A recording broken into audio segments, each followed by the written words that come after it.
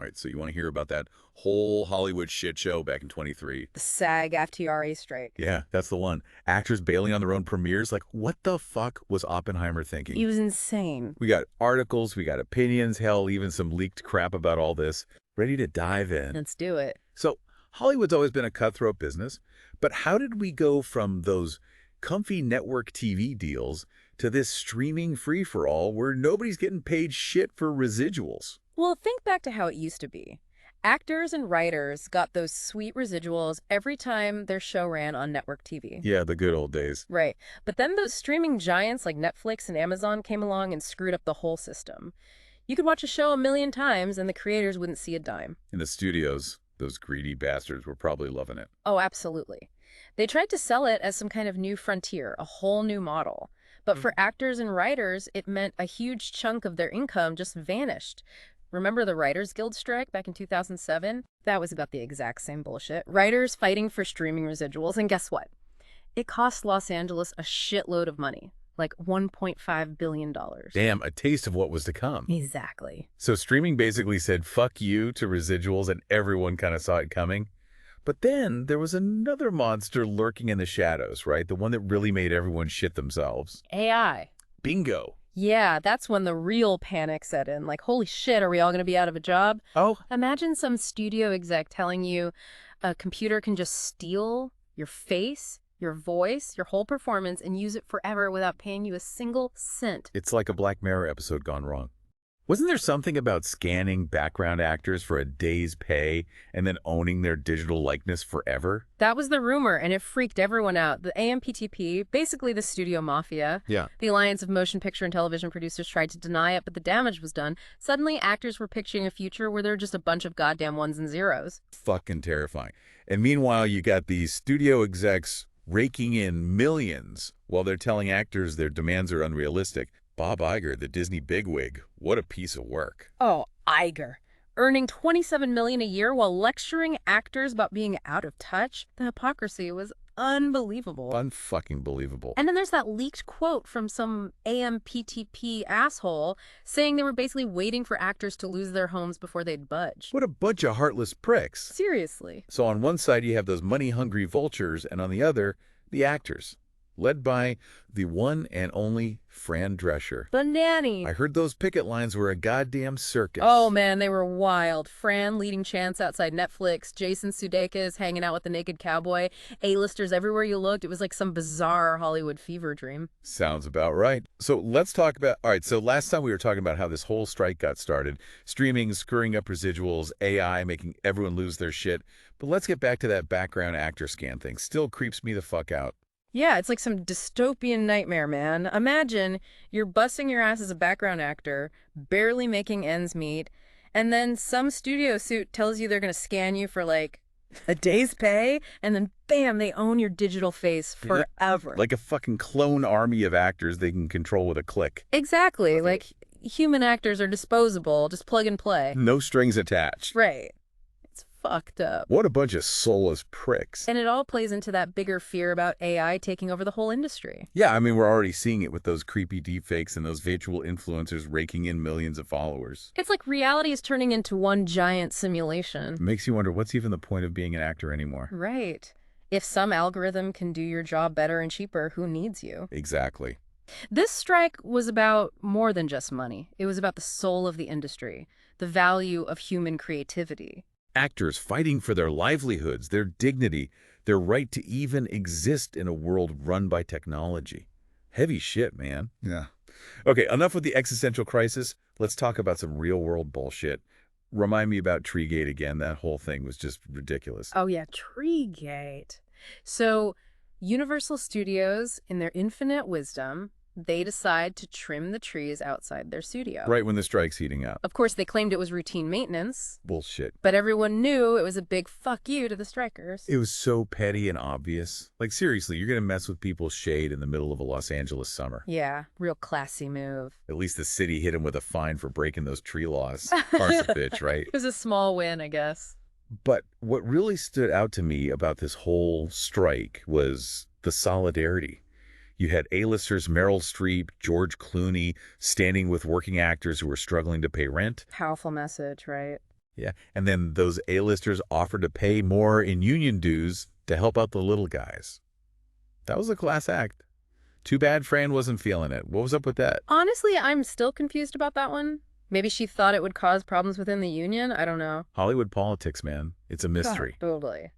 Well, whatever her reasons, at least the strike finally ended after 118 days of chaos. Yeah, it was a long one. So did they actually gain anything? Or was it all for nothing? It was a mixed bag. They got some concessions on those streaming residuals, but it wasn't like a complete overhaul of the system. An AI thing. That's still a giant question mark. They threw in some vague language about regulation. It's basically a ticking time bomb waiting to go off. So they kicked the can down the road. Yeah, classic Hollywood. What about the economic fallout? Billions of dollars lost, right? Yeah, the Southern California economy got slammed. How bad are we talking? Estimated $6.5 billion down the drain, something like 45,000 jobs lost. It really showed you how much power the entertainment industry has, you know? And yet, I bet those studio execs still got their fat bonuses. Oh, I'm sure they're doing just fine. But here's the interesting thing. Even though the strike's over, that anxiety about AI, the future of acting in a world run by technology, it's not gone. Still simmering. Absolutely. It's like the monster's still out there. Lurking. And not just for actors, right? No, writers, directors, everybody's feeling it. Everyone's sweating. This strike was a wake-up call, you know? Yeah. It showed that the old ways of doing things, they're gone.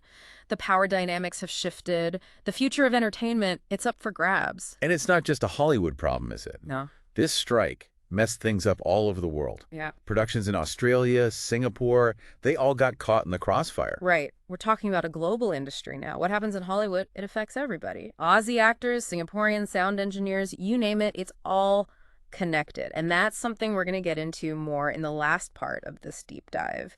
Okay, so we talked about how this whole strike went down in Hollywood. The streaming bullshit, the AI freak out, and those studio execs probably still popping champagne. But let's zoom out a bit. See how this shitstorm messed with the rest of the world. Because, believe it or not, Hollywood doesn't own filmmaking. Yeah, this strike had a ripple effect way beyond those palm tree-lined streets in LA. We're talking about productions in Australia, Singapore, all getting screwed because Hollywood decided to throw a tantrum. So it wasn't just those spoiled LA actors feeling the pinch.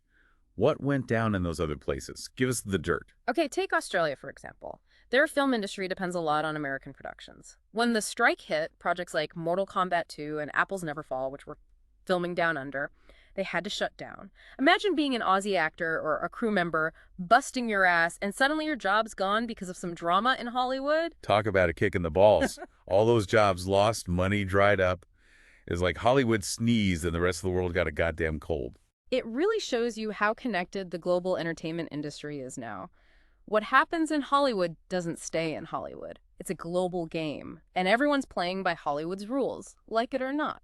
Speaking of global domination, didn't Lucasfilm shut down their whole Singapore operation because of this? What the hell was that about? Yeah, that was a big one.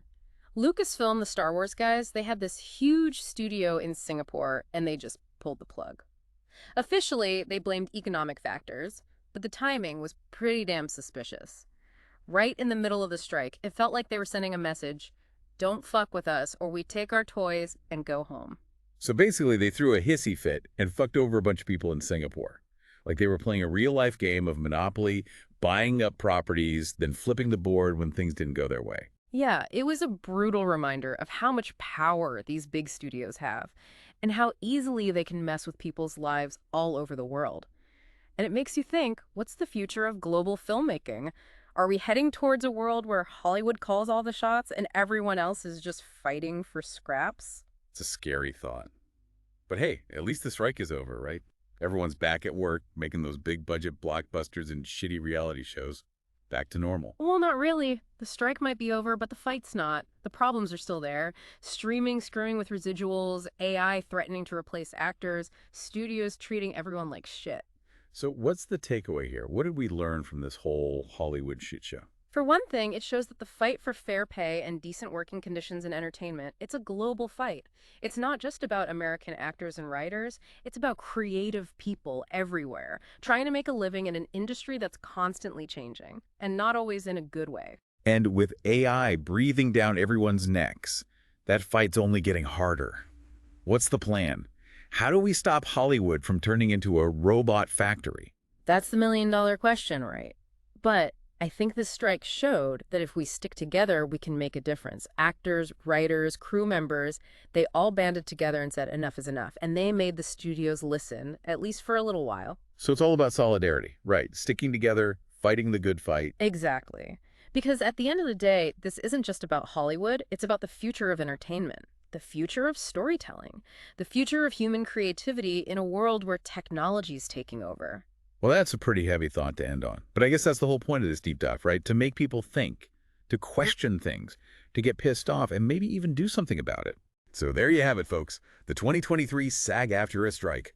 A Hollywood shit show with global consequences. We dove deep into the streaming bullshit, the AI freakout, the picket line craziness, and all the money that went down the drain. We talked about greedy studio execs, desperate actors, and how powerful it is when people stick together. We even learned about some trees that got massacred just to spite the strikers. It's been a wild ride. And it's not over yet. And damn right it's not over yet. Yeah. So stay informed, stay engaged, and stay pissed off. Because the fight for a fairer entertainment industry is far from over. And who knows, maybe the next time Hollywood throws a tantrum, the rest of the world will tell them to go fuck themselves. I wouldn't count on it. Yeah, probably not. But hey, a guy can dream, right? Right. All right, that's it for this deep dive. Thanks for listening. We'll catch you next time with another dose of truth, bullshit, and everything in between.